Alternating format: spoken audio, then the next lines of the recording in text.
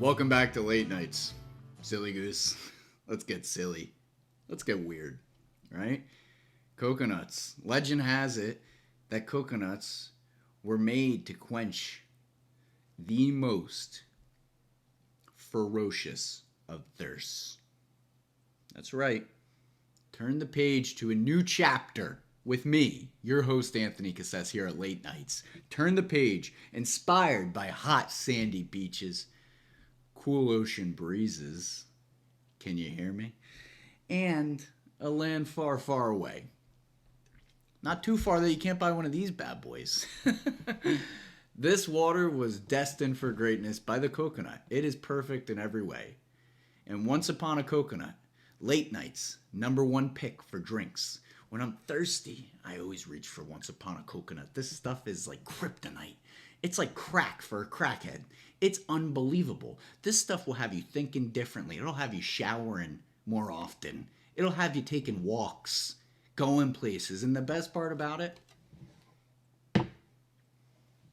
they donate 10% of all profits to charity. Now, who can beat that? You can't beat that with a stick. I know I sure as hell can't. I love that. And I love that for us. And thank you here for joining me. We're here at Late Nights doing our thing, right? How's my tie look? How's it look? Looks good? Good enough for you to watch me? Stranger. Isn't social media such a funny thing?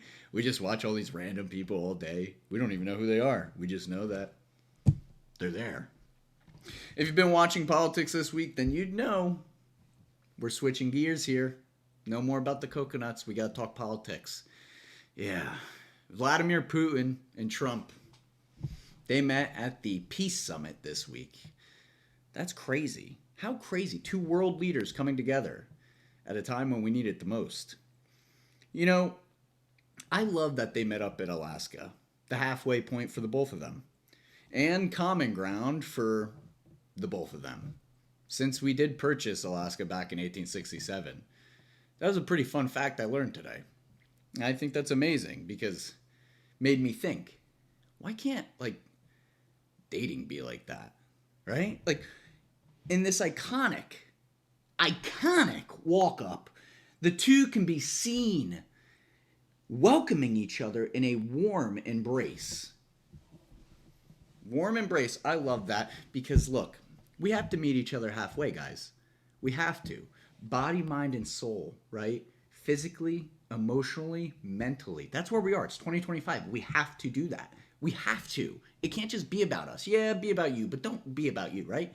Be a little quirky, be a little awkward, be a little egotistical, but not too much. Just enough that you're still cool. You're still kind. You're still human at the end of the day. My question is, why wait? Why do we wait to do this? Let's meet halfway at our local Alaska, right? And give each other a warm embrace. Why wait until we are waging war on each other to embrace each other? Why has it come to that? Why do we have to be so divided just to embrace each other? I don't understand. Millions of cameos and voiceovers have flooded the internet, and the social media airways are probably clogged as we speak. They only just wrapped up the Peace Summit. Only just wrapped up. You know what Vlad said to Trump on their way out? Next time, we meet in Moscow. Now, if that's not long-distance dating, then, hey, I don't know what is. I mean, I think, personally, unsolicited and totally provoked, can't help myself, Vlad is thirsty. I said it. And I like Vlad. I think he's a good guy. Whatever he's getting into, that'll probably get me in a lot of trouble. Why can't we come together? Why does Vlad have to be thirsty? Why can he not just drink some coconut water? Why can we not just meet in the middle? And look, if you don't think he's thirsty, believe me when I say this. And if you don't, you're going to believe me on this next clip. I found Vlad's dating profile. Here it is. Get it up on the screen. Let's make it happen. Yep. Now look. Maybe Vlad's misunderstood. but he's a little cutie. I'd swipe right. I'd swipe right, you know? Doesn't look like a bad guy. Might be a good guy. Maybe he likes world domination and long walks in the park. Okay. I'm sure that's something we can all relate to.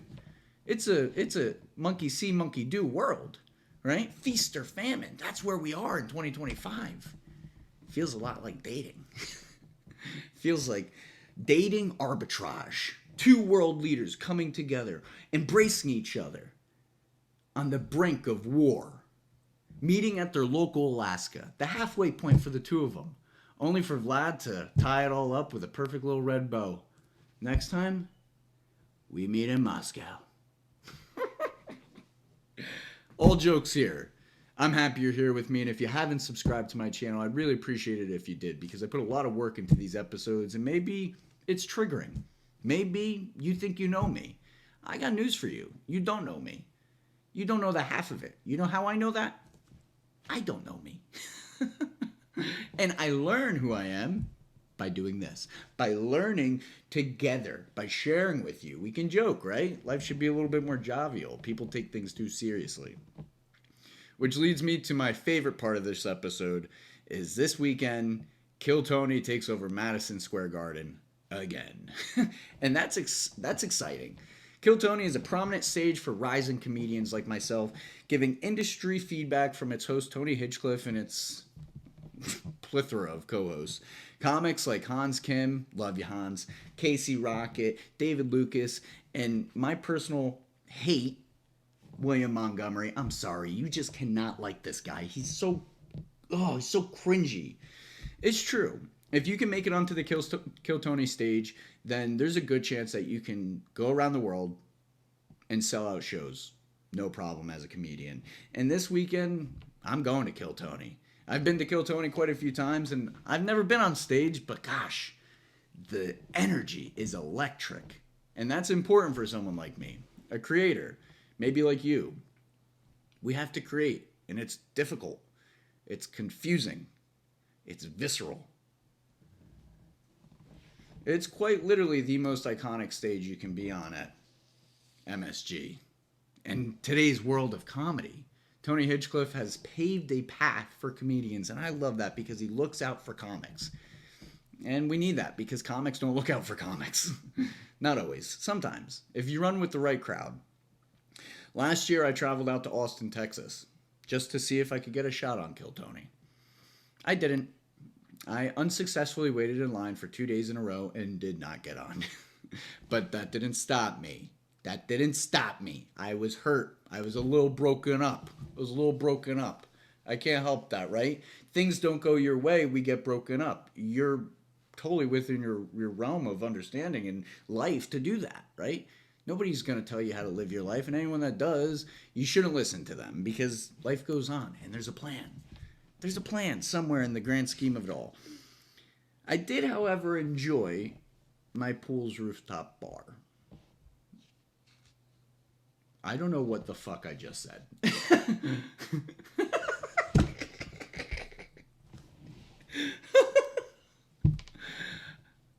Let's take it from the top. I did, however, enjoy my pool's rooftop bar. What the fuck is wrong? I did, however, enjoy my Airbnb's rooftop pool. Wow, dyslexia is a real thing. And I'm suffering from it greatly today. I drank a lot of Coronas while I was in Austin. Austin's a big party city. Wow. And I met a ton of illegal aliens, but the most top-notch tacos ever had, ever. And I've had some top-notch tacos. That didn't mean just because I didn't get on stage, though, I took my knapsack and hit the high road. I stuck around, and I stayed in comedy because I love it.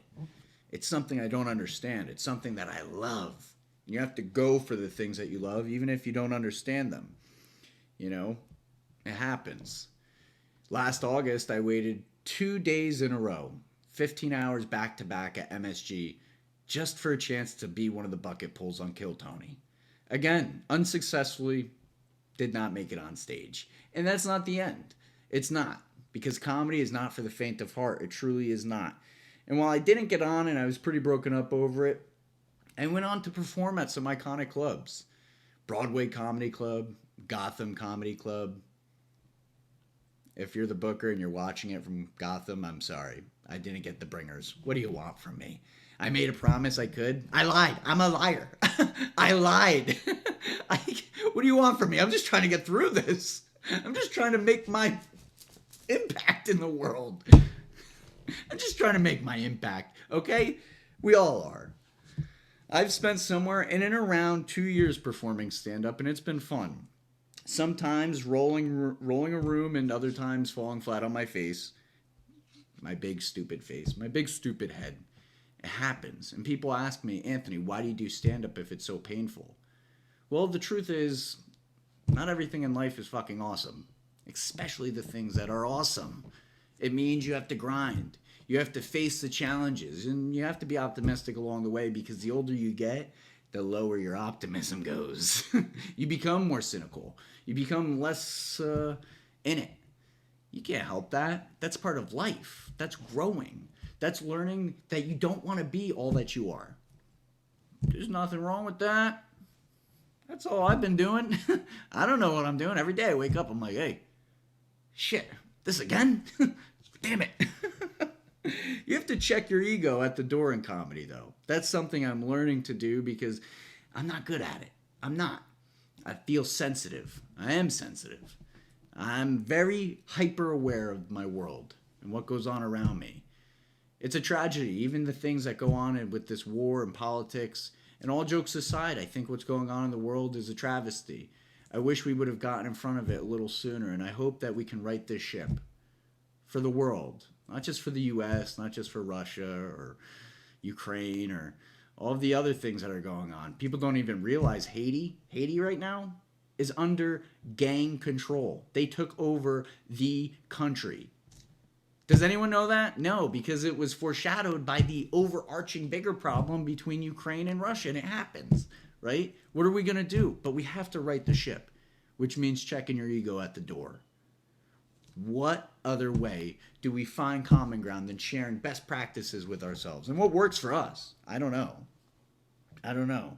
I think as a comic, the road is not linear. I think a lot of what we do in life is not linear. It's lateral, baby. We go this way, we go that way, we go this way, we go that way. You can't think about it. You just can't. You just can't. When you look around, stop that. Stop looking around. It's killing your creativity, your freedom of expression. You have to dig deep and check that ego at the door.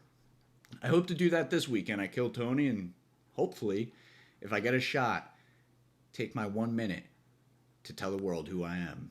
Because when you open your mouth in this world, you tell the world exactly who you are, and you better be okay with that. Because maybe you're going to say something stupid. Does that mean that's who you are? No.